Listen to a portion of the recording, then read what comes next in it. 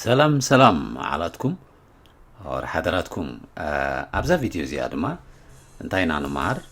بزعبا لبي كنمارينا كاب لب زمنچو قالات استفالالي ترجم حزلات كنريومينا لبي منچي ناي بزح قالات يا لب زي بلونا عملت لب زي بلو خنبل كلنا بانجلش نو هارت كبل كلو ጨካን ይዘስማ ጨካን በትግርኛ ግን ልብ ዘይብሉ ክንብል ከለና ዓሻ ማለት እዩ ዘስማ ኣብ ቋንቋ ትግርኛ ልቢ ከም ኣእምሮ ይዝገልጽ ኣእምሮ ሚንስ ማይንድ ኣእምሮ የብሉን ማለት ልቢ የብሉን ማለት እዩ በትግርኛ ልቢ የብሉን ከምኡ ድማ كابو زنا قلقال لبام كنقول كلنا لبي زلو زستوعل بعل مورال مالتي وحتيرو لبامي كلكو لبامي وقت بالكلها زيتات زمال مالتي لبي زلو زستوعل زستباهل كم دما بعل مورال زخانه لبونا كنقول كلنا هاوز وصدما مستوعلن مورالن زلو اتحساسبا مالتي وحتيرو لبوناوي كنبل كلنا دما لبوناو ማለት دما ሞራላዊ አታሳስባ ዘለዎ ልባዊ كنبل كلنا دما ልባዊ ካብ ውሽጢ ዝመንጮይ ወይ ካብ ልብ ዝነቀለ ካብ ማዕሙቅ ልቢ ዝነቀለ ካብ ማዕሙቅ ልቢ ዝፈልፈለ ከምዚ ኢልና ኢና ንገልጾ ካብ ልቢ ልብወለድ ድማ ልብወለድ كنبل كلنا ከም ጽውጽዋይ ፊክሽን ማለት እዩ ልብ ዝወልዶ ማለት እዩ ሓጺሩ አፍ ልብ ንበለና ንፊዚካል መግላጽ ኣብ ሱርጡብና ዘሎ ከባቢ አፍ ልቢ ትርክታ ልቢ ወይ ድማ ህርመት ልብ ክንብል ከለና ድማ ሃርት ቢት ማለት እዩ በእንግሊሽ ከምዚ ትርጉም ይህልዎ ከምኡን ልበይ ወቂዑኒ ክትብል ከለኻ ታይ ዘስምዕ ልበይ ወቂዑኒ ልብኻ ወቂዕካ ማለት ኣይኮነን ግን እዚ ትርጉሙ ንኣብነት ከምዚ ዘይቲ ዝበዝሖ ምግቢ ክትበልዕ ከለኻ ብልምዲ ትትበልዑ ዘለኻ ጨጉራኻ ይዛቱ ጨጉራይ ብጨጉራና ኢና ክንዛረብ ዝግባና ግን በቲ ዝጸንሐ ልምዲ ኣባኣቆላና ይቲ ቋንቋና ልበይ ወቂዕኒ ክንብል ከለና እንታይ ምዃኑ ክንግንዘብ ንኽእል ብልቢና ንገልጾ ማለት እዩ ዕግርግር ዝብለካ ልበይ ወቂዕኒ ዘይቲ ብዝሐ ሽኮር ተነጊሐ ከምሳት ንብል ማለት እዩ ልቡ ደስኪሉ ክንብል ከለና ልቡ ዘደስከለ ሰብ ድማ ገለ ነገር ምስኮነ ልቡ ይደስክል ገለ ነገር ክብል ከለኹ ኢሞሽናሊ ማለት እዩ ልብ የብሉን ክንብል ከለና ኢልናዮ ልብ የብሉን እንታይ ማለት እዩ ልብ ዘይብሉ ሰብ ቀልብ ዘይብሉ ማለት እዩ ልቡ ሸይጥዋ ንብል ቴክኒካሊ ልቡ ሸይጡ በሊዕዋ ኣይለበመን ማለት እዩ ዘስምዕ ኣይለበመን ከምኡ ድማ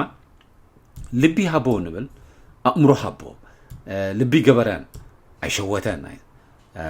ልቢ ኣየዕበየን ልቡ ተሰይሩ ክንብል ከለና ልቢ ተሰይሩ ክንብል ከለና ድማ ብገለ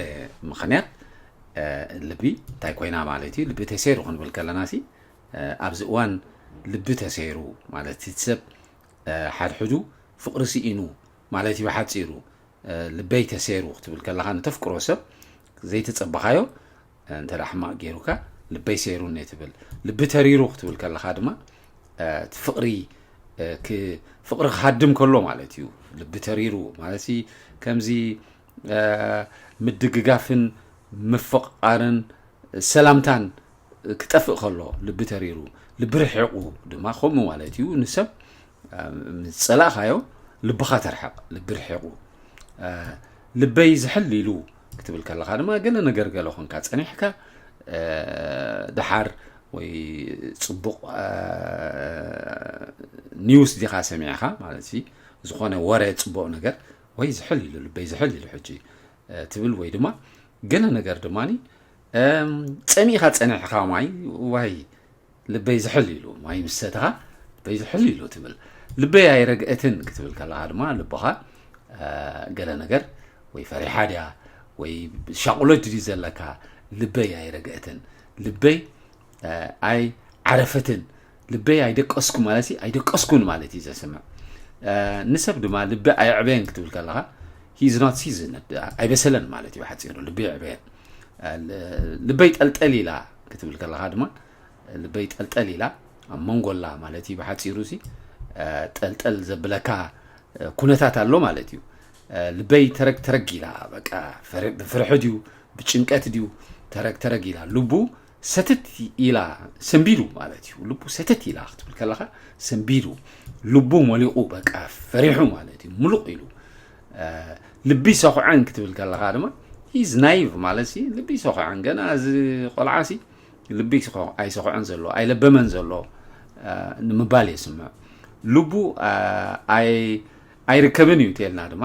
ሂዝ ደሲቪንግ ማለት እዩ ብሓፂሩ ልቡ ይርከብን እዩ ፈፂምካ ክትፈልጦ ይትኽእልን ኢኻ ልቡ ዝልቡ ክትብል ከለኻ ድማ ይጨከነን ልቡ ዝልቡ ሲድሓን እዩ ከውሒ ልቡ ክትብል ከለኻ ድማ ከውሒ ልቡ ልውሃት ዘይብሉ ማለት እዩ ከውሒ ልቡ ተልካ ወ ዘይድንግጽ ልበይ ዛሕቲሉ ክትብል ከለኻ ድማ ብገለ ምኽንያታት ንኣብነት ተፍቅሮ ዝነበርካ ድዩ ወይ ድማኒ ኣዚኻ ትቐርቦ ዝነበርካ ገለ ነገር እንድሕር ጌርካ ንኣብነት ልበይ ዛሕቲሉ ማለት ሲ ከም ቀደምካ ይኮንካን ማለት እዩ ፍቕርኻ እንዳሃሰስ መጽእ ኣሎ ማለት እዩ ልቢ ኣይሕደረን ቀልቢ ኣይገበረን ኣይለበመን ዘሎ ገና ዘሎ ማለት እዩ ስለዚ ብዙሕ ኣባህላ እዩ ዘለና ናይ ልበኤ ክትብል ከለኻ እንታይ ማለት እዩ ናይ ልበኤ ማለት ድማ ሓቀየ ዋ ብልብኻ ዲኻ ተይልካ ድማ ሓቅኻ ዲኻ ማለት እዩ ዘስምዕ ልበይ ሓቢጠ ክትብል ከለኻ ድማ ልበይ ሓቢጠ ሞኽ ኢለ እዩ ዘስምዕ ልበይ ሓቢጠ ዝቆልዓ ልበይ ኣሕቢጡኒ ልብኻ ይሓብጥን እዩ ግን ዳትስ way of saying it ማለት እዩ ልበይ ቀሲኑ ክትብል ከለኻ ድማ ብሓደ ነገር ዘቕስነካ ነገር ረኺብካ ኣለኻ ልበይ ቀሲኑ ኢኻ ትብል ከብደይ ቀሲኑ ዓይነይ ቀሲኑ ገለ ይኮነን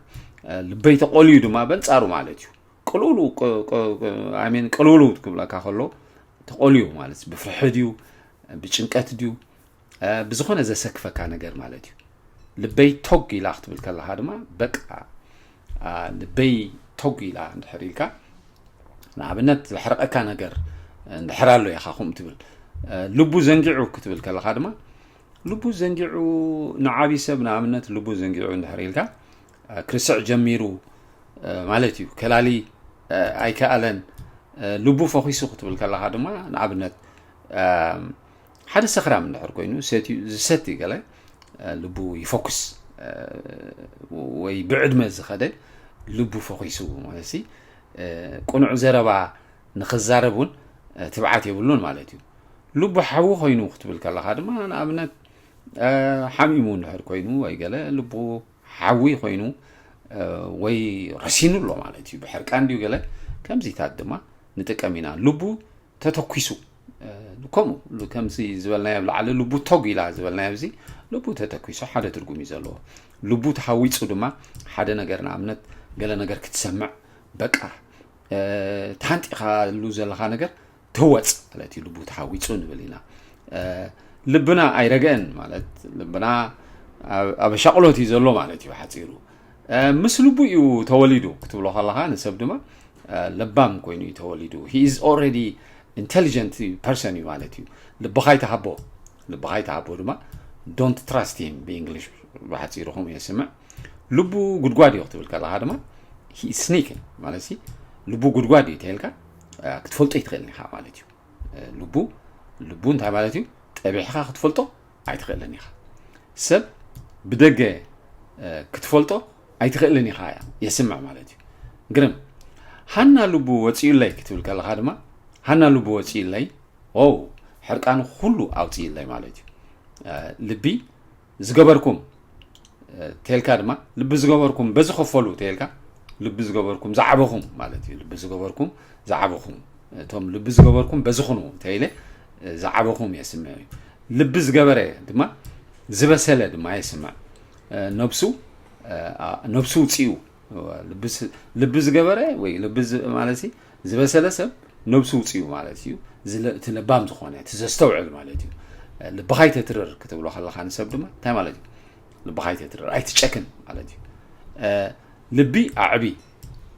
ልቢ ዕቢ ክትብሎ ከለኻ ድማ ሸለል በሎ ማለት እዩ ሓደ ትርጉም ሸለል በሎ ሓደ ድማ ለብም ማለት እዩ ሓፂሩ ልቢ ዕቢ ክብለካ ከለኹ ልቢ ግበር ሓደ ግን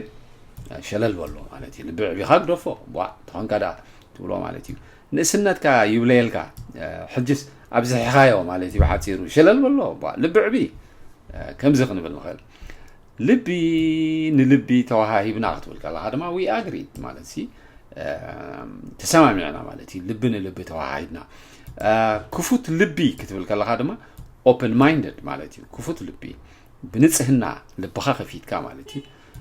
دخام لب دما well it's a weakness of heart دخام عليك لبخا دخيم على مالتي دكتور ناي لبي بإنجليش كارديولوجيست يزبال حمام لبي دما حمام لبي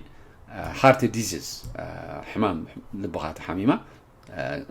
heart disease على كمالتي حمام ويدما شوادا لبي قال خلنا بالكلام هذا ما heart muscles مالتي كم ستاترجم الله so دم مالتي لبسي بستفعل عليه نجار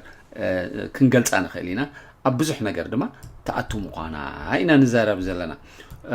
قصول لبي يكتب الكلام هذا ما wounded heart in English قصول لبسي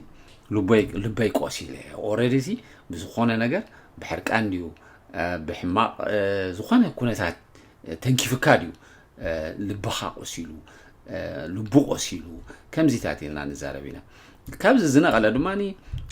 بزعبة مسلاتات نيشتي قرب كنت تنكف نايلوبو زقبر نديو ناي نقبر نبل مالس بس لبز تحزر بايزي نايلوبو زقبر نديو ناي نقر which means don't disclose your plan مالتي حتى روسي زقبر سبسي كم من تايز بحال ندخل حساباته ايزروني مالتي بحكي بلا لبا صبح الله دوباد ما بحال نقول بحكي بلا لبا صبح الله دوباد زد ما انت ترجم زي سمع try to make her happy مالتي بحتصيرو كتحقسا فتن مالتي سعرن لبن عند حدره يبقول ولا لبي يبقولني كم سعر جن تبيل مالتي سعرن لبن عند حدره يبقول we mature with time مس جزء دابسلنا نخيل مالتي ترجمه لب جوبز عبدروتو إلنا ما نزاربينا لب جوبز عبدروتو خنو بالكلنا مالتي أحسبني بأمره أحسبني مالتي جوبز تخون كاميتشم حيلي غلزلكا كمو بكا عن ترتر عندي هاتون كابتي حكت وصي خامالتي بحتصيرو the young believes more in his physical strength than his mind مالتي بأمرها أب physical body نات كأخته أمن مباليو مو زي بزعبة لبي قرب تماهرنا يزلنا دما قبل بنا حضره إجزاهير لبي هبنا سسنا يو تدعمو